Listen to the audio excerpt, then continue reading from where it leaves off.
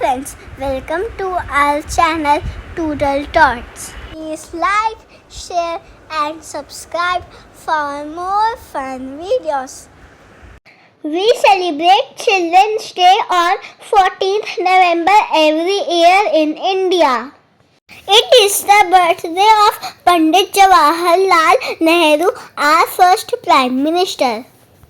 Children lovingly called him Chacha Nehru.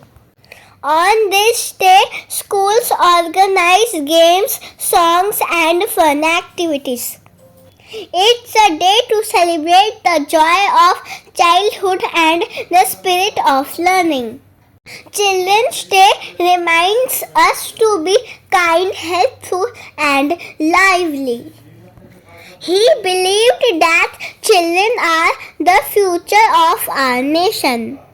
Let's celebrate this special day with smiles, laughter and love. Teachers and parents make this day special and playful for children.